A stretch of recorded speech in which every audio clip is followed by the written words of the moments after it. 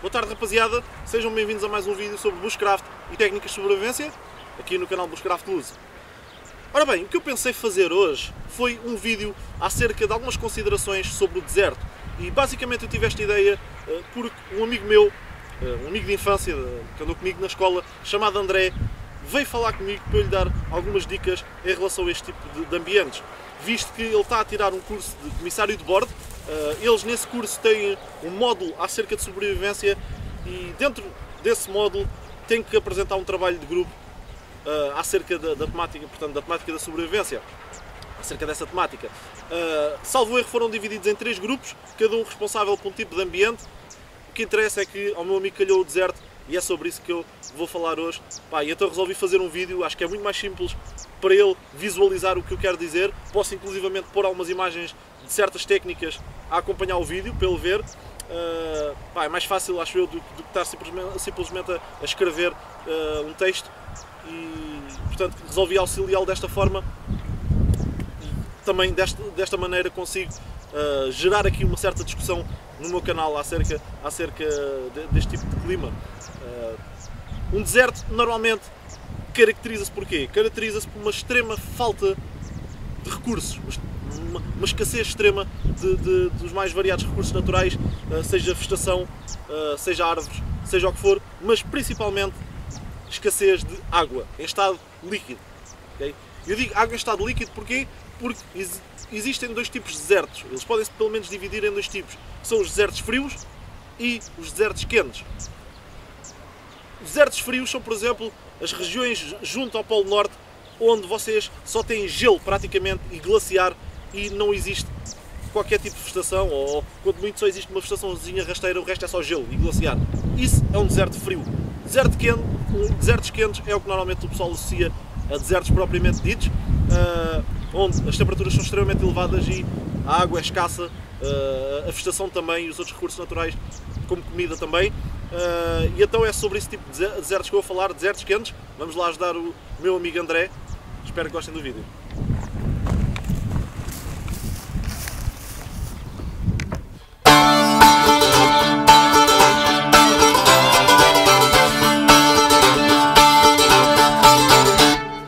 I'll make a suit of brambles and thorns, wear it for you who and on it adorn, a heart made of nettles, wove to the slave, your name in rose petals, and all I need.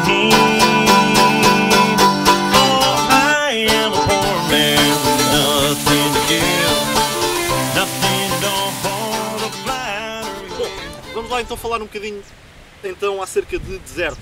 Em primeiro lugar, quero desde já esclarecer-vos que este não é o meu tipo de ambiente, não é a minha zona de conforto, entre aspas, não é o ambiente onde eu costumo praticar técnicas de sobrevivência. Aliás, para quem costuma assistir aos meus vídeos já sabe disso, o meu ambiente é mais floresta do tipo europeu e da América do Norte, neve e talvez um bocadinho de selva, de floresta tropical. Também tenho alguns vídeos sobre isso. De facto, o deserto não é a minha praia, como hoje em dia está na moda dizer, mas eu penso que os aninhos que eu já levo de estudar estas coisas, uns quantos anos, me permitem ter algum conhecimento, mesmo sem lá nunca ter estado num deserto, e acho que posso dar alguns conselhos úteis e tecer algumas considerações, e é isso que eu vou fazer. Antes de avançarmos para o deserto propriamente dito, quero falar acerca de um conceito ou 2 que eu acho extremamente fundamental para qualquer tipo de ambiente e para identificarmos o que é que precisamos de fazer numa situação de sobrevivência. O primeiro conceito, para quem já viu os meus vídeos, deve saber o que eu vou falar, são as chamadas, ou o que eu chamo as 7 necessidades de sobrevivência. São 7 necessidades que podemos ter que cumprir numa situação destas e são abrigo, fogo, água, comida, primeiros socorros, orientação e sinalização. Okay? Bom, para quem não está habituado a estas coisas pode pensar, então, mas o que é mais importante? Existe uma forma de dar prioridade a cada uma destas necessidades, ou pelo menos às mais básicas, que é a chamada regra dos 3. A regra dos 3 basicamente diz que o ser humano aguenta em média 3 minutos sem oxigênio antes de morrer, ou antes de sofrer graves danos no cérebro. Aguenta também os mesmos 3 minutos com uma hemorragia arterial, por exemplo, um corte numa artéria, a sangrar abundantemente, antes de esvair completamente a sangue e morrer. Lá está, 3 minutos dá para estas duas coisas. Portanto, logo aqui podemos ter os primeiros socorros, dependendo da situação onde estamos. Aguenta 3 horas exposto aos elementos da natureza, aos elementos agressivos, seja frio intenso, seja chuva, seja calor extremo, antes de começar a sofrer sintomas graves como hipotermia ou golpe de calor, por exemplo, se estivermos num deserto, lá está, e aliás, coisas estas que nos podem levar à morte em meia dúzia de horas. Aguenta 3 dias sem beber água antes de morrer e 3 semanas sem comer antes de morrer. Ora, logo aqui vocês, com esta regra dos 3, conseguem dar uma certa prioridade a algumas destas necessidades. E então temos que, para a generalidade, seguindo esta regra dos 3, para a generalidade dos ambientes, dos climas, o abrigo vem em primeiro lugar, visto que o ser humano, como eu disse, aguenta apenas 3 horas em média exposto aos elementos agressivos antes de começar a sofrer sintomas graves como hipotermia ou hipertermia, se estivermos num clima quente, golpe de calor, etc. Desidratação grave, que nos pode levar à morte em pouco mais horas. O fogo vem em segundo lugar, porque no ambiente frio permite manter-nos quentes, mas também porque é extremamente multifuncional para o resto das necessidades. A seguir vem a água, lá está, 3 dias em média sem beber água antes de morrer, 3 dias só. E em quarto lugar vem a comida, porque pá, o ser humano, como eu disse, 3 semanas, ou praticamente um mês, sem comer antes de morrer. Os primeiros socorros vai variar se vocês tiverem uma situação grave em que seja necessário primeiros socorros, eles passam logo para o primeiro lugar, lá está, devido aos 3 minutos com uma hemorragia grave. A orientação e sinalização vai depender depois do decorrer da situação propriamente dita. Bom, isto é para a generalidade das situações. Vamos avançar agora para o deserto, em particular. No deserto, esta ordem de prioridades pode trocar um bocadinho. Quanto a mim, o abrigo continua a manter-se em primeiro lugar. Porque não é apenas para nos proteger do frio, mas também pode ser para nos proteger do calor. E se vocês andarem a vaguear pelo deserto, passado 3 horas, podem estar completamente exaustos pelo calor, podem ter um golpe de calor, como se costuma dizer, estarem em hipertermia, completamente desidratados e morrer passado pouco tempo. Podem morrer em meia dúzia de horas no deserto se estiverem expostos ao sol nas horas de maior calor. Portanto, o abrigo para mim vai continuar a manter uma importância extrema. O fogo passa para terceiro lugar e troca com a água. Para mim a água vem para segundo lugar porque em média aguentamos 3 dias sem beber água num deserto, desce consideravelmente, podemos morrer ao final de um dia e meio se não ingerirmos água, 2 dias no máximo, ok? A comida vem em quarto lugar, lá está, praticamente um mês sem comer antes de morrer. Pá, quanto a mim, principalmente falando de um deserto, não vai ter importância praticamente nenhuma. E André, digo-te já, eu se fosse numa situação dessas não me preocuparia de todo com a comida. Pá, não me preocuparia, em primeiro lugar, porque lá está, não é importante para uma pessoa saudável, a não ser que seja uma pessoa diabética. Os diabéticos precisam de comer de X em X tempo. Pá, sem ser um diabético, uma pessoa saudável, não tem importância face às outras necessidades muito mais importantes que temos que satisfazer. Num clima desértico, isso obriga-nos a procurar. Os recursos, como eu disse, são escassos, muito escassos. Comida praticamente não existe. A comida que vocês vão conseguir provavelmente encontrar é insignificante. E a água que vão perder através da desidratação ao estarem ao sol à procura de comida, ou o esforço que vão ter que fazer e o suor que vão perder ao estarem a tentar fazer ou armadilhas ou qualquer arma de caça improvisada, não justifica. Pá, não justifica, na minha opinião. Esqueçam a comida nesta situação, ok? Sendo assim, vamos avançar mais pormenorizadamente para a primeira necessidade, que é o abrigo. Pá, como eu disse, um abrigo, o pessoal muitas vezes confunde estas coisas. Um abrigo, pensa, abrigo é para me manter quente, é para me proteger do frio e do vento e da chuva. Não só.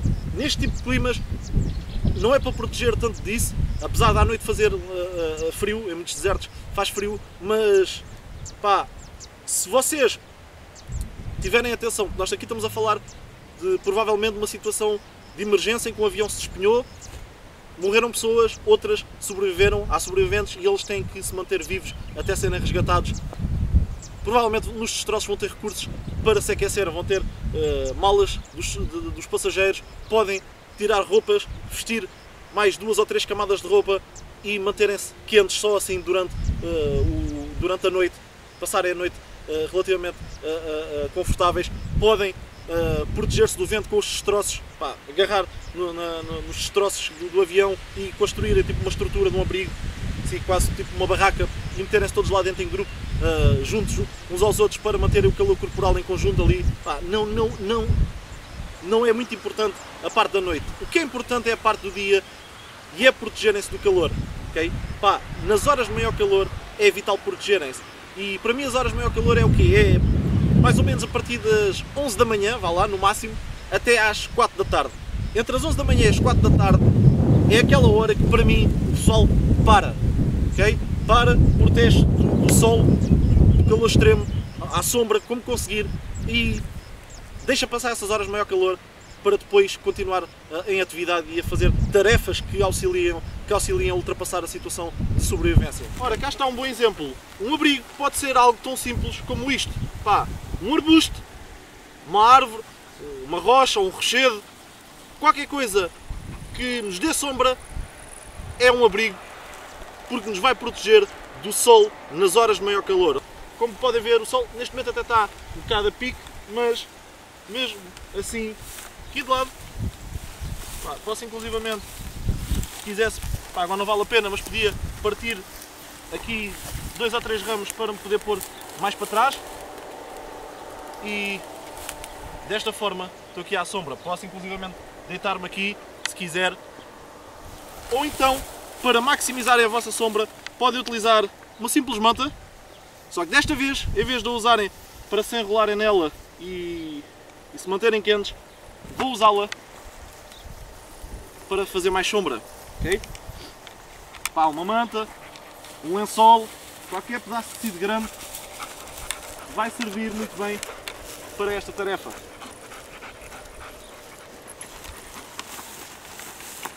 Assim. Onde é que está o sol? Cá está.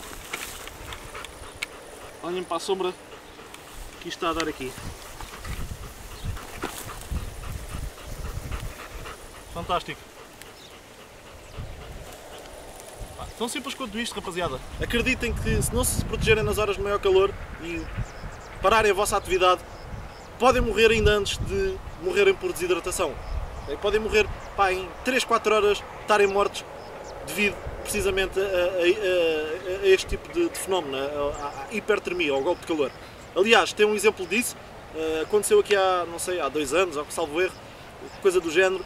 2 motociclistas portugueses foram correr para Marrocos, foram treinar, nas horas, lá está, de maior calor, durante o dia, andar de moto, não pararam, começaram-se a sentir mal, a suar, etc, mas quiseram puxar mais um bocadinho, esforçar os limites, não pararam, continuaram, passado um bocado, tiveram mesmo de parar, já foi tarde demais, salvo erro, pelo menos um deles morreu, não sei se não morreram 2.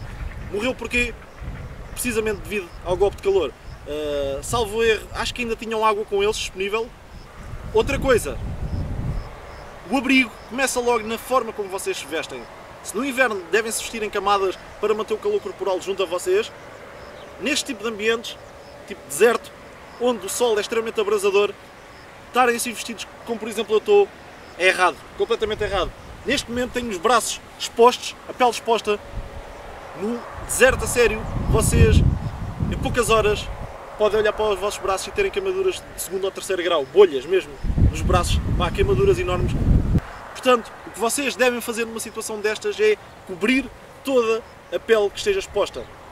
Uma solução boa é, por exemplo, ou ainda melhor do que eu ter uma t-shirt ou qualquer coisa, se eu me quero manter fresco, é fazer como os tuaregs ou outras tribos que moram em desertos e arranjar qualquer tipo de, como é que eu ia dizer, de cobertura dos pés à cabeça, mas que seja leve e que não esteja restringida junto ao corpo, que deixe o ar fluir por dentro do tecido. Pá, uma espécie de uma túnica, como vocês já devem ter visto os povos desses sítios usar. Lá está, mais uma vez, pá, e isto aqui, nesta situação de desastre de avião, vocês, estando num deserto onde há muito poucos recursos naturais, vão ter que jogar principalmente com os recursos do avião. Pá, tudo, ou praticamente tudo que o avião tenha pode ser utilizado, inclusivamente coisas que estão nas malas das pessoas. Se vocês tiverem vestidos de senhora, cubram dos pés à cabeça, pá, utilizem um vestido de senhora. Se puderem utilizar, em vez de umas calças que faz calor nas pernas, puderem, em vez de umas calças, tirar as calças, utilizar uma saia, convém ser comprida, até quase abaixo, que cubra as vossas pernas praticamente todas, mas deixa o ar passar por baixo e arrefecer as pernas, ótimo. Se puderem usar um shile ou qualquer coisa, tipo um lençol por cima, ou um vestido que seja comprido dos pés à cabeça, qualquer coisa que cubra o vosso corpo, mas tipo túnica, que deixe o vento à mesma passar por baixo, ótimo, é excelente. Não é a altura para estarmos com mariquices. De qualquer forma, se não tiverem nada disso, mais vale vestir uma camisola de manga comprida por cima da t-shirt, ou só a camisola de manga comprida, porque senão vão ficar, acreditem, vão ficar com queimaduras graves na pele que tiver exposta. Portanto, como disse, podem arranjar assim um pedaço de tecido grande, como um lençol, se conseguir encontrar na bagagem de alguém. Quanto mais claro, melhor, porque ao ser assim, por exemplo, pá, branco é o ideal, ao ser branco vai refletir muito mais a luz solar e o calor do que se for preto ou escuro. Preto vai absorver o calor. Para fechar isto, pá, uma forma muito simples, arranjo aqui duas pedrinhas, venham cá ver, enquanto segurar aqui neste fio, duas pedrinhas, um fio, posso colocar uma das pedrinhas aqui, assim, torço, e criei quase como se fosse aqui um botão ou um ponto de fixação. Dou aqui 2 ou 3 nós por trás da pedra, uma forma simples de amarrar tecidos quando eles não têm furos. Agarro noutra pedra, faço o mesmo. E elas não precisam de ser muito grandes, nada disso. Quanto mais pequenas, mais facilita. E agora, com a mesma corda, vou fazer assim e atar isto aqui onde quero. Provavelmente assim. Junto. Cá está. Ok? Assim, desta forma, posso, inclusivamente, agora fazer o mesmo aqui. Cá está, meus amigos. Bom, realmente os tuaregs e as tribos dessas zonas sabem o que fazem. Pá, é bastante confortável, liberdade de movimentos. Estou completamente protegido do sol. Sinto a brisa a passar-me aqui por baixo. Estão a ver? Eu neste momento tirei a t-shirt. Pá, porreiro. Muito bom, provavelmente iria pôr mais um ponto de fixação aqui em baixo e cortar o excesso. E é uma forma espetacular de se andar, muito melhor do que com a roupa. Aliás, eu com uma coisa deste comprimento despia as calças inclusivamente e andava só de cuecas e sapatos. O resto do corpo só com isto por cima. Uma dica para ti, André, para este tipo de cenários. Bom, quanto ao abrigo, penso que é isto, acho que não há muito mais a dizer. Principalmente num clima destes, acho que a ideia-chave, a ideia importante a reter é protegerem-se do sol nas horas de maior calor, como eu disse. Durante a noite acho que o abrigo não é assim tão importante como noutros climas, apesar de fazer frio. Em princípio devem conseguir fazer fogo, que vos permite também aquecerem-se um bocadinho. E podem inclusivamente fazer uma coisa que, apesar de tenho pena não ter imagens para vos pôr aqui, é uma coisa que eu já fiz, mas não tenho nenhum vídeo publicado, que é a chamada cama quente. André, procura em Hot Bed Survival, mete estes termos, por exemplo, no YouTube, és capaz de ter vídeos sobre isto no YouTube, mete Hot Bed Survival. Uma cama quente basicamente consiste em, na terra ou na areia, cavar um buraco, sei lá, com 30, 40 centímetros, 50 centímetros, assim, um buraco com alguma profundidade, colocar uma série de pedras e pedregulhos a aquecer ao fogo, fazer uma boa fogueira, uma fogueira grande, colocar lá pedras e pedregulhos mesmo nas chamas dentro da fogueira durante, por exemplo, 1 hora, ali durante 1 hora, para ficarem bem a ferver, bem quentes ali. Depois retiram essas pedras, colocam no buraco, deve ser um buraco com a vossa largura e o vosso comprimento, ou por exemplo, se for numa zona para um grupo se deitar, podem fazer assim um buraco redondo, onde várias pessoas vão deitar, colocam as pedras dentro do buraco, tapam aquilo com a terra ou com a areia e as pedras vão libertar calor durante uma série de horas, durante 4 ou 5 horas, vão se manter ali quentinhos com aquele calor. Aliás, têm que ter cuidado para não queimarem as costas, se calhar têm que ao início colocar areia ou terra e depois ir adicionando mais um bocadinho até estarem só mornos, até estarem a uma temperatura aceitável, porque acreditem que eu já me coloquei lá e quase me ia queimando, tive que juntar mais areia porque aquilo estava tão quente. É uma forma de fazer, é um pequeno truque que vocês podem fazer com poucos recursos. Okay? Se calhar alguns de vocês estão a pensar, estão pedras num deserto? Sim. Estamos a falar de desertos não é só, se calhar algumas pessoas têm a ideia do deserto do Saara, dunas de areia. Existem desertos, por exemplo, nos Estados Unidos, no Utah, na América do Sul também, em África, noutras zonas, que têm rocha, praticamente terra, rocha. Aliás, existem desertos que parecem quase que foi este terreno que aqui estão a ver. Tem vegetação, mas vegetação muito rasteira, praticamente não tem árvores, é só arbustos rasteiros e terra seca. É um deserto, não tem água. Portanto, há vários tipos de deserto. Tem que ter isso em atenção. Se tiverem pedras disponíveis, é uma boa solução. Bom, depois de termos falado no abrigo, que é extremamente importante, como vocês viram, vamos também falar noutra necessidade básica, vital, principalmente neste tipo de climas, que é a água. Como eu disse, o ser humano em média aguenta apenas 3 dias sem beber água antes de morrer. E ao final de apenas um dia já está a delirar, a ter alucinações. Experimentem estar 24 horas sem beber água e logo vão ver. E ao final de 3 dias morre. Isto é num ambiente normal, por assim dizer, entre aspas. No deserto, como eu disse, isto pode baixar para um dia e meio. O ser humano pode morrer ao final de um dia e meio sem beber água e começar a alucinar ao final de apenas meia dúzia de horas. Por isso é extremamente importante e o paradoxo é que quanto mais precisamos de água, menos ela está disponível e muito mais difícil é de encontrar, e é disso que se trata aqui. Vai ser uma batalha constante, uma batalha, vocês encontrarem água. A vossa maior batalha no deserto é água. Vão estar quase sempre focados nisto. E como dizem os americanos, vão ter que usar every trick in the book, todos os truques do livro, ou todos os truques do vosso conhecimento que têm na cabeça para conseguir vencer esta batalha. É extremamente importante a parte da hidratação e é sobre isso que vamos falar agora. Vou-vos mostrar alguns desses truques. Vou até ali a um quadro que tenho atrás para escrever uns tópicos. Ora bem, vamos ver aqui alguns sítios onde vocês devem procurar por água ou sinais para os quais devem estar atentos que podem significar água. Em primeiro lugar, obviamente que devem procurar nos destroços do próprio avião.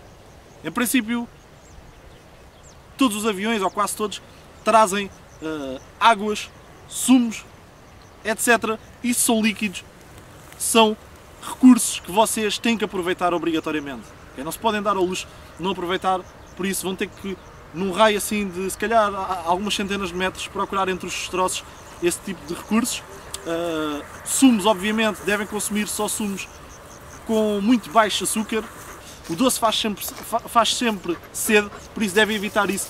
Talvez sumos naturais, sumos, por exemplo, da Compal, esse tipo de sumos da Compal que sejam light ou que não tenham praticamente açúcar, e principalmente água. Portanto, águas e líquidos do próprio avião. Okay. A seguir, peço desculpa aqui por este barulho cantado, é aqui uma máquina aqui num terreno agrícola. Bom, a seguir, esgotados estes recursos, onde é que podemos ter hipóteses de encontrar água? Sítios, por exemplo, onde exista mosquitos ou pássaros. Não sei se vocês ouvem. Se vocês, na vossa busca por água, ao percorrer o terreno, tentarem encontrar água, ouvirem pássaros ou mosquitos, insetos voadores, etc., pode ser um muito bom sinal que a água, se existe esse tipo de bicho, num sítio onde praticamente não existe vida, é porque pode existir nem que seja um pequeno charco por perto. É um sinal muito importante para o qual devem estar atentos. A seguir, zonas de baixio. Se estiverem num deserto assim, tipo rochoso, com arbustos rasteiros, etc. Zonas tipo, por exemplo, como esta zona aqui, zonas de baixio, onde possa existir vegetação verde, nem que sejam pequenos arbustos. Se por exemplo vocês veem que existe, faz conta que estamos num deserto, aquelas serras além eram praticamente estéreis, só rocha e terra, e em redor praticamente só terra e areia, etc. Mas numa zona como esta, onde nós estamos de baixio, existiam núcleos de vegetação verde. É um bom sítio onde podem ter alguma hipótese de encontrar água, mesmo que ela não esteja à superfície. Às vezes escavando um bocadinho, já vamos falar um bocado acerca disso, escavando um bocadinho podem encontrar água debaixo da terra, perto da superfície. Portanto, baixios não significa que exista água, mas vale a pena procurar, principalmente se incluir árvores. Okay? Vegetação rasteira nem sempre significa água, porque a vegetação rasteira é muito mais resistente e precisa de muito menos água para subsistir, mas arbustos de grande porte, ou inclusivamente árvores, normalmente, e principalmente se estiverem verdes, pode significar a presença de água. Mas, e isto aqui é das melhores hipóteses, uma linha, por exemplo no horizonte ou a uma certa distância, uma linha de vegetação contínua, portanto vegetação em linha. Eu já vos vou explicar porquê.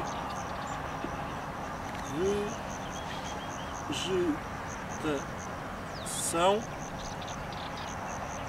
em linha. Cá está. Portanto já temos, primeiramente, águas e líquidos que existem no avião, principal recurso. A seguir, zonas, tem que estar com atenção para zonas onde sintam a presença de mosquitos ou pássaros, baixios ou zonas baixas com vegetação e vegetação em linha. Vamos ver o exemplo da vegetação em linha e aprofundar mais um bocadinho. Ora bem pessoal, o que eu quero que vocês façam agora é que se abstraiam aqui deste campo de cultivo verde que vocês têm à vossa frente. Imaginem que estão verdadeiramente num deserto, que tem apenas vegetação rasteira, ou inclusivamente que não tem vegetação nenhuma, só tem terra, só tem chão. Porque uma das coisas que vos pode dar a indicação que existe água, ou que existe pelo menos, nem que seja um ribeiro com alguma umidade que ainda lá esteja, ou apenas com um fio de água, mas não interessa, mas que pelo menos costumam lá passar água, é se virem alguma vegetação verde, assim como estão a ver aqui onde está o meu dedo, alguma vegetação verde que esteja em linha. Okay? Vegetação verde, assim manchas de vegetação verde, nem sempre significam água, mas se tiverem assim uma mancha contínua, principalmente em linha, como estou aqui a ver, é um bom indício de que podem estar na presença, nem que seja de um pequeno ribeiro. Okay? A seguir, zonas de vale ou desfiladeiros. O que é que quer dizer zonas de vale ou desfiladeiros? Vales, quando digo vales, não é aqueles vales assim demasiado abertos. Vales tipo profundos, um bocado fechados. Principalmente se for zona rochosa, pode existir água. Vale a pena investigar, porque ao serem vales fechados, assim apertados, ou inclusivamente desfiladeiros, o sol vai ter dificuldade em bater lá no fundo, e ao haver zonas de sombra na maior parte do dia, pode haver água ou pequenos charcos ainda restante, mesmo passado semanas ou meses de ter chovido. Vale a pena investigar. Por fim, leitos de rios secos. O que é que quer dizer com leitos de rios secos? O que é um leito de um rio? É basicamente o caminho por onde ele passa. Muitas vezes nos desertos, pá, vocês veem claramente, tipo, parece mesmo um caminho, veem que por ali passava um rio, normalmente estão secos, mas existe certos sítios onde podem ter pequenas poças de água, charcos, inclusivamente, ou então terem a terra semi-úmida, assim, ligeiramente úmida, às vezes mal se nota, e escavando um bocadinho, vocês podem encontrar água perto da superfície. Para isto existe aqui um truque, uma técnica, por assim dizer, importante. Se calhar, André, vale a pena pôr no teu trabalho, que eu vou passar a explicar. Vamos apagar isto no instante. As zonas onde isso acontece são zonas de curva. Zonas, e agora está-se muito bem aqui, que o vento já baixou, já não está na porcaria do vento que estava há bocado. Zonas onde... Olha, vem um avião, é? André, és tu que estás lá em cima? Zonas, portanto, onde os rios fazem curvas. Em que parte da curva? Na parte de fora, na parte exterior. Porquê? Porque se pensarem bem, a água ao fluir, por exemplo, faz de conta que há assim uma curva, a água, pela força centrífuga, é atirada para fora. Estão a perceber? É tipo, faz de conta, a água vai assim e é mais atirada, com o movimento que ela leva, é mais atirada para fora, e a zona de fora é uma zona onde a água é ligeiramente mais parada, a corrente é mais fraca do que na zona interior ou na zona do meio. Na zona do meio a água passa com mais velocidade, mas na zona de fora a água, normalmente a corrente é mais diminuída, e é nessas zonas onde ela é atirada, onde ela, como é que eu ia dizer, a corrente ao ser mais lenta e ela é atirada mais para fora, são as últimas zonas a secar e é onde tem mais probabilidade de encontrar água. Okay? Para além disto, se juntarem isto a outra coisa, a probabilidade é muito maior. Eu vou fazer aqui um desenho, mais ou menos, perdoem-me aqui as minhas capacidades de desenho, mas vou fazer mais ou menos o desenho de um rio, de um leito de um rio seco. Portanto, as zonas mais favoráveis, como eu disse, são nas curvas, na parte exterior, ou seja, ou aqui, ou aqui, ou aqui, ou aqui.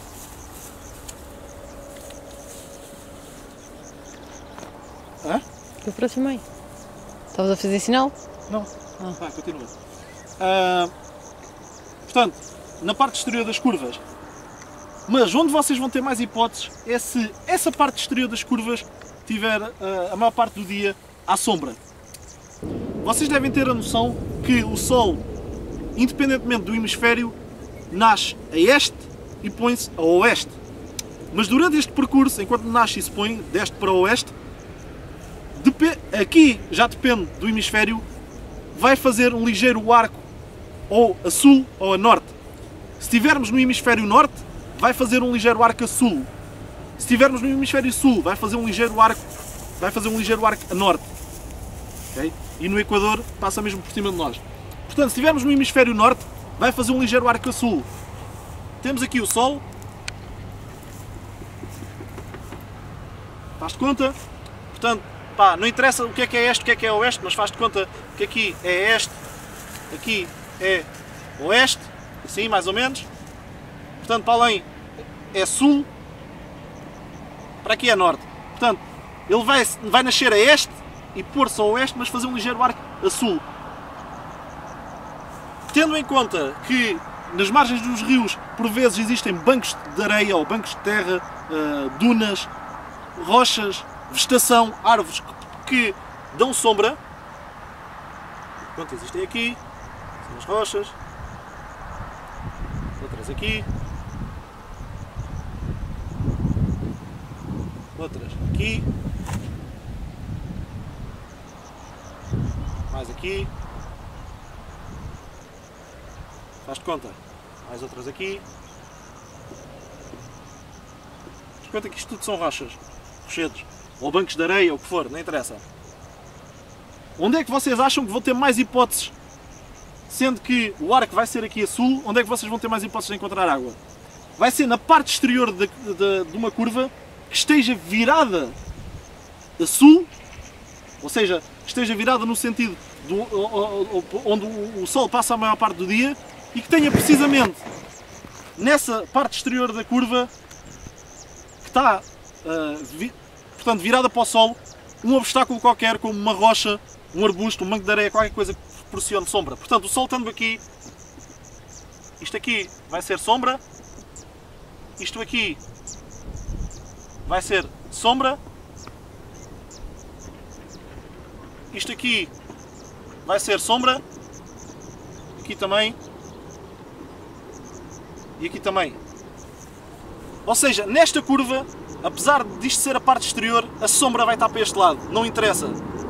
Mas nesta curva, a sombra já vai estar a tapar a parte exterior da curva e juntando estes dois fatores têm a maior hipótese de encontrar água. Okay? Portanto, aqui não interessa, aqui a sombra está numa parte de linha reta do rio, aqui, apesar de haver rochedos na parte exterior da curva, a sombra está para o outro lado, aqui também, isto aqui é uma parte de linha reta, mas esta curva tem um rochedo ou um arbusto ou o que for, precisamente na direção do sol, que vai fazer com que a sombra esteja durante quase todo o dia nessa parte exterior da curva e é aqui neste sítio, nesta curva, onde vocês têm mais hipótese de encontrar água, de todas as partes exteriores das curvas. Ok? Pá, estes dois fatores é importante vocês terem noção disto. Se fosse no hemisfério sul, o deserto, obviamente que aqui seria oeste, aqui este e aqui seria norte, aqui sul. Porque estamos no hemisfério sul, o sol faz um arco a norte, logo esta curva tinha que estar virada a norte com um obstáculo nessa direção, portanto nessa direção virada a norte para fazer sombra no sentido oposto. Okay? Portanto é ao contrário. Estão a perceber?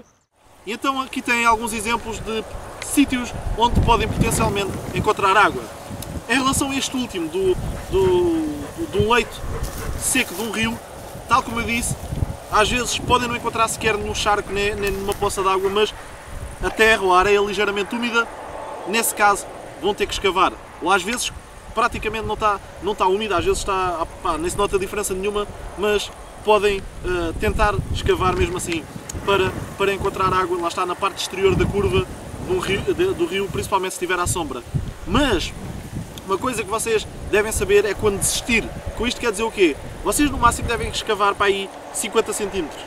Podem utilizar, por exemplo, um pedaço da chapa do avião como pá, escavam muito mais depressa, não cabe das mãos e poupam energia, mas se passar de 50 cm não atingirem água, ou pelo menos terra úmida, que possam escorrer e pingar água, desistam, não vale a pena continuar, porque o esforço, mesmo que passado 70 ou 80 cm ou 1 metro encontrem água, o esforço não vai compensar e o suor que vocês vão perder com esse trabalho vai ser muito maior do que a água que provavelmente vão beber.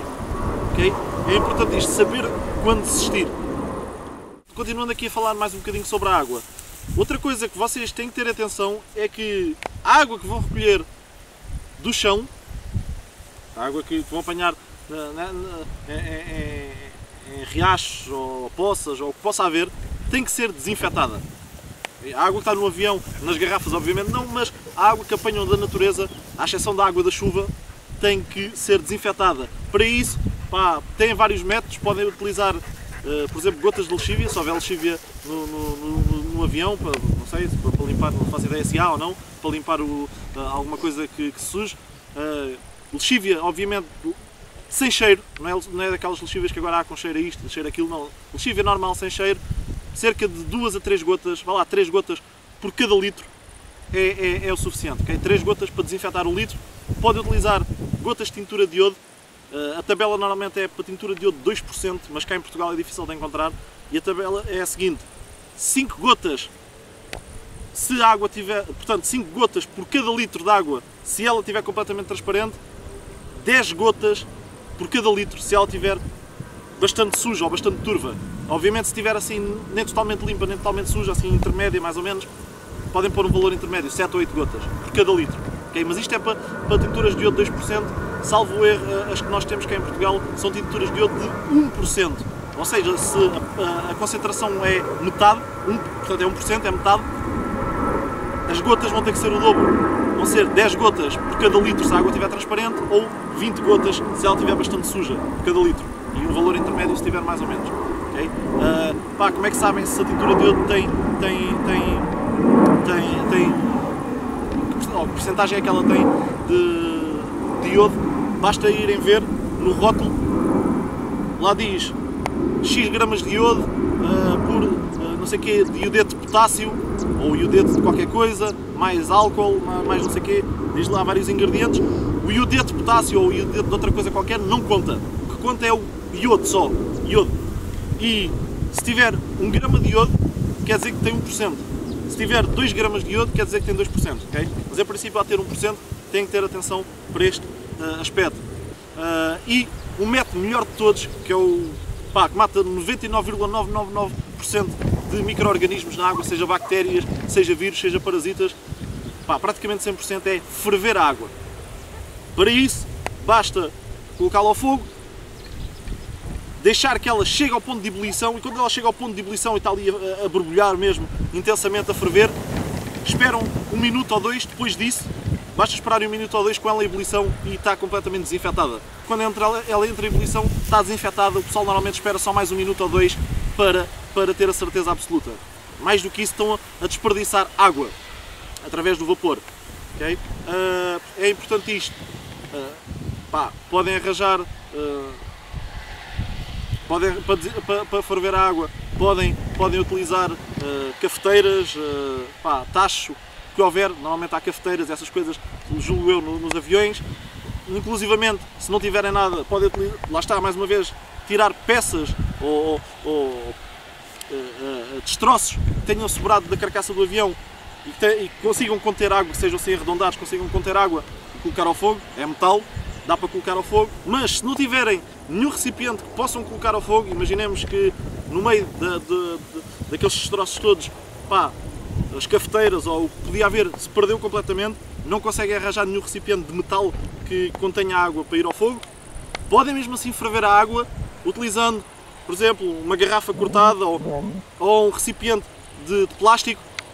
Qualquer recipiente de plástico pode ser utilizado para isso. Como? Muito simples. Colocam a água lá dentro, fazem uma fogueira, vão colocar, mais uma vez, lá está, pedras dentro da fogueira, mesmo lá, mesmo dentro da fogueira, e durante meia hora, até elas ficarem bem a ferver.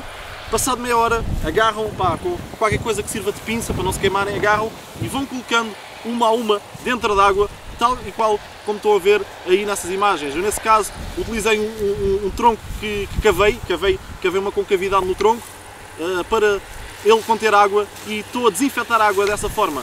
Ao ir colocando pedras, chega uma altura que a água, portanto, a temperatura vai aumentando e a água começa a ferver. Mais uma dica, se quiseres pôr no teu trabalho, André. Aliás, eu já cheguei a fazer isto, inclusivamente num saco de plástico. Como? Cavando um buraco, forrando o buraco com o saco de plástico, faz uma espécie de uma bacia, coloca a água lá dentro, faça a mesma coisa com as pedras a ferver, até a água entrar em ebulição. Não se preocupem que o saco, o saco como tem água lá dentro, o saco como tem água lá dentro não derrete. Okay? Já fiz isto, é uma coisa que podem fazer. Outra coisa com a qual provavelmente também se vão deparar ao recolher água de uma daquelas fontes, de uma daquelas potenciais fontes de água que eu indiquei ainda agora no quadro, é que ela muito provavelmente vai ser turva. Okay? Não vai ser água corrente. Muito dificilmente vão ter um rio que tenha, nem que seja um pequeno riacho que corra um fio de água. Na maior parte dos casos vão encontrar pequenos charcos, pequenas poças de água, e ela, portanto, como eu disse, vai estar estagnada, vai estar turva, de ter detritos. E uma das coisas que vocês podem fazer para que ela fique mais apetecível para beber, para que ela fique com melhor aspecto e não custe tanto, é um filtro improvisado.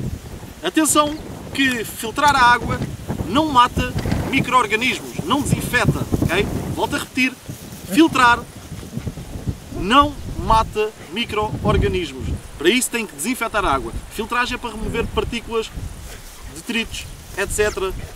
e tornar a água mais transparente. Para isso, podem fazer, como estão a ver aí nas imagens, eu já tenho um vídeo sobre isso, mas podem fazer, como eu estou a mostrar, utilizar, por exemplo, um filtro chamado filtro de 3 níveis, fazem um tripé ou um quadripé, assim com 3 ou 4 paus, metem 3 camadas de tecido, roupa, t-shirts, roupa que tenham nas malas, qualquer coisa, e podem colocar diversos materiais em cada tecido. Eu estou a falar de materiais naturais para ajudar ainda mais a filtrar. No caso do deserto, em princípio, vão ter areia em algum sítio disponível. Podem colocar areia nas 3 camadas de tecido. Eu, nesse caso, coloquei vários materiais, coloquei erva, areia e carvão, porque tinha variedade de materiais naturais disponíveis, mas não tiverem, não há problema. Tal como disse, podem colocar areia nos 3, que fica bom à mesma. Outra coisa também que ajuda muito na filtragem da água é se na última camada colocarem um tecido mais grosso, com uma malha mais apertada. Eu, neste caso, coloquei nas 2 primeiras camadas, a contar de cima, tecido de t-shirt, e na última camada, em baixo, coloquei um pedaço de tecido de calças de ganga, que é um tecido muito mais grosso e com uma malha muito mais apertada do que uma t-shirt, e acho que isso fez toda a diferença. Vejam o resultado final, a diferença entre água filtrada e água não filtrada. Podem ver que a não filtrada está completamente suja, completamente turva, mas a que já foi filtrada está muito mais transparente e muito melhor para beber. Volto a repetir, isto não desinfeta a água. A seguir a isto, a filtrarem, têm que utilizar um método de desinfecção para poderem beber à mesma. Obviamente que este processo de filtragem só é possível ser feito se tiverem uma quantidade de água razoável, nem que seja um charco ou uma poça grande de água. Se tiverem, por exemplo, para encontrar água, cavar um buraco no leito seco de um rio, a água que esteja perto da superfície, vão esperar que depois, ao chegarem à areia úmida ou à terra úmida, esperam que a água suba um bocadinho, mas essa água que conseguem tirar do buraco é relativamente pouca, ou conseguem, melhor dizendo, tirar pouca quantidade de cada vez, e não justifica estarem a filtrá-la, ok?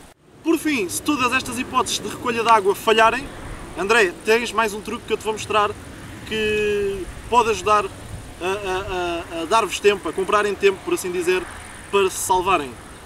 Uma hipótese de extraírem água de um sítio que vai ser árvores ou arbustos. Okay? Como é que vamos fazer isto? Vamos destilá-los. Para isso, vou utilizar um pedaço de plástico. Neste caso tenho aqui um poncho impermeável, um pedaço de plástico, um saco de plástico, qualquer coisa. E o que nós vamos fazer é criar o efeito estufa e obrigar a planta a transpirar. Convém obviamente ser uma planta, convém obviamente ser uma pernada de um arbusto ou de uma árvore que esteja verde, não é? Se for seco, pouca água terá. Então, o que eu vou fazer é tentar apanhar o máximo de vegetação que conseguir, numa zona que esteja virada o máximo de tempo para o sol durante o dia. Assim.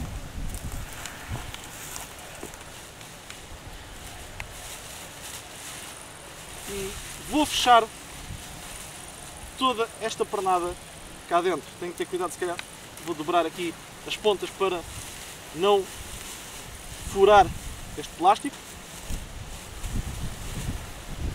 E com um pedaço de fio vou atar isto o melhor que conseguir para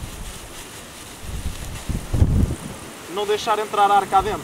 Devem minimizar o suor que vão gastar. Devem fazer, tal como eu disse, isto logo pela manhã, pela fresquinha, ainda antes de nascer o sol. Devem fazer isto para não transpirarem praticamente nada e fazer várias coisas destas por cada pessoa. Esperarem durante o dia todo e ao final do dia devem ter alguma água. Se vocês deixarem isto assim, a água que as gotas que vão transpirar vão escorrer e vão se acumular aqui e eventualmente vão pingar, vão sair por aqui. Vocês querem que isto se acumule nesta zona, não nesta, porque nesta foi onde ataram, e então vamos ter que vergar o tronco e arranjar a forma dele ficar assim. Provavelmente vou agarrar num pedaço de fio, dar aqui um nó e prender aqui em baixo, eventualmente afiar um pau, tipo estaca, pôr uma estaca e atar um fio para isto se manter assim. Cá está. E assim a água, as gotas de água vão-se acumular ou aqui na parte de baixo ou então vão escorrer aqui mais para a ponta. Atenção que ao fazerem isto, convém não escolherem um arbusto ou uma planta venenosa. Okay? Vocês perguntam, mas como é que a gente sabe? Pois, para isso é preciso conhecer as plantas e a dica ou o conselho que eu dou é a tripulação ter 2 ou 3 cópias de um livrinho sobre plantas tóxicas e plantas não tóxicas no avião e que esse livro seja das plantas das zonas onde vão passar. Se não souberem identificar plantas no ambiente onde estão e estiverem numa situação já de vida ou de morte, de último recurso, é que já escutaram todos os outros recursos e formas de obter água, se tiverem que arriscar mesmo, uma dica simples é não escolherem plantas que tenham seiva leitosa, ou seja, seiva branca. Há uma planta que é o luendro, que se dá muito em desertos, inclusivamente aqui em Portugal e em zonas mediterrânicas, não só em desertos, mas também em zona mediterrânica, em Portugal, em Espanha, no sul de Espanha, etc. Que tem essa seiva leitosa, tem umas flores com 5 pétalas, podem ser brancas ou cor-de-rosa, muito bonitas, mas é altamente tóxica, mata um adulto no pescar de olhos. Okay? Chegam aqui, chegam a um ramo, assim, tem assim alguma grossura, partem e esperam um bocadinho. Se a seiva for transparente, é porque em princípio não há problema. Em princípio, não estou a dizer que é 100% garantido, há plantas que enganam, mas há uma grande hipótese de ter uma planta que não vos faça mal. Podem inclusivamente fazer um teste de esfregar na mão a seiva e esperarem, esperarem 10 minutos a um quarto de hora para ver se faz alguma reação, colocarem um bocadinho na língua e esperarem mais 15 minutos a ver se começam com a língua a arder ou com a língua dormente ou qualquer coisa. Se não fizer efeito nenhum, é porque a princípio podem ter uma hipótese de não ser tóxica, uma boa hipótese. Há uma boa probabilidade disso. Estão a ver? E todas estas gotas já se formaram, entretanto. Isto está só para aí há cerca de quê? 2 horas, para aí umas 2 horas e pouco. E vão-se formando estas gotas que se vão aglomerando umas com as outras e caindo aqui para baixo. Isto é apenas um exemplo. Eu aqui já não tenho sol suficiente para isso, nem hoje está calor suficiente num deserto ou num clima bastante quente, é muito mais fácil. Eu pus isto aqui, já eram quase 5 da tarde, o sol já está fraquinho, não deve estar mais do que 22 ou 23 graus. Por isso, mas mesmo assim, estão a ver, mesmo assim faz estas gotas. Vou pôr aí uma imagem, a imagem, peço desculpa ter má qualidade, mas foi com a câmera que eu filmei na altura, já foi há muitos anos. Está aí um exemplo que eu também pus num saco, numa árvore, e resultou essa pequena quantidade de água. Meus amigos, das vezes que tenho feito isto, dá para ir para encher 1/3 de um copo. Um saco destes, portanto, por exemplo, um dia inteiro, dá para encher para aí 1/3 de um copo. Ou seja, para encher um copo de água são precisos 3 sacos, para terem pelo menos 1 litro de água, que no deserto é pouco. No deserto vocês precisam pelo menos 3 ou 4, uns 4 litros por dia para se manterem saudáveis. Mas fazendo conta, só 1 litro, para encher 1 litro, precisam, sei lá, de uns 10, 15 sacos ou mais. Portanto, se tiverem muito plástico, ótimo, mas lembrem-se que vocês vão também ser várias pessoas. E aproveito para desmentir aqui uma técnica, e já não sou o primeiro a fazê-lo, só quem experimenta é que sabe, estas coisas só praticando é que se aprende. Mas é uma técnica que vem nos livros chamada destilador solar, ou em inglês Solar Still. Procura, se quiseres, ver vídeos disso no YouTube, e há várias pessoas também depois no final dizem a mesma coisa, que se calhar em quase 100% das situações, ou na maior parte delas, não vale a pena, porque essa técnica basicamente consiste em cavar um buraco, mas tem que ser um buraco para ir com uns 50 ou 60 centímetros de profundidade, e um bom diâmetro, assim um buraco relativamente largo.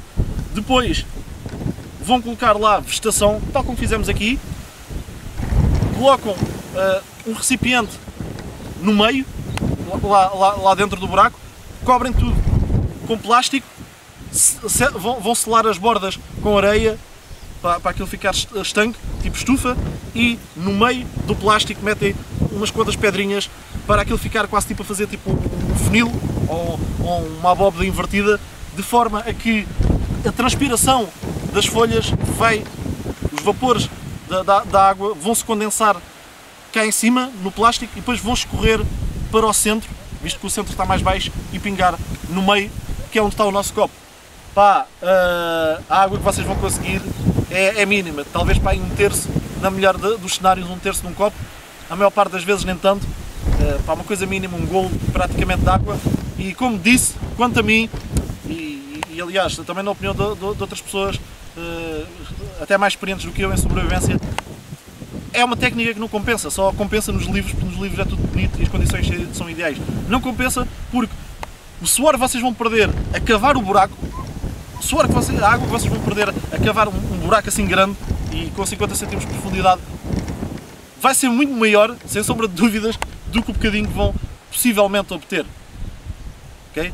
Pá, não compensa. Mais vale esta técnica, que é muito mais fácil. Pá, não gastam quase suor nenhum, ainda por cima se fizeram logo pela manhã. É só enfiar um saco, dar um nó, já está. Ok? Pá, eu prefiro esta técnica à outra. Quanto a mim, é um mito. São chamados mitos de sobrevivência. Esta foi a primeira parte deste vídeo. Espero que teres gostado das dicas que eu estou a dar, André. Vamos então passar para a segunda parte. Acho que vai ser mais curta do que esta. E então, mais uma vez, obrigado por estarem a assistir. Até já.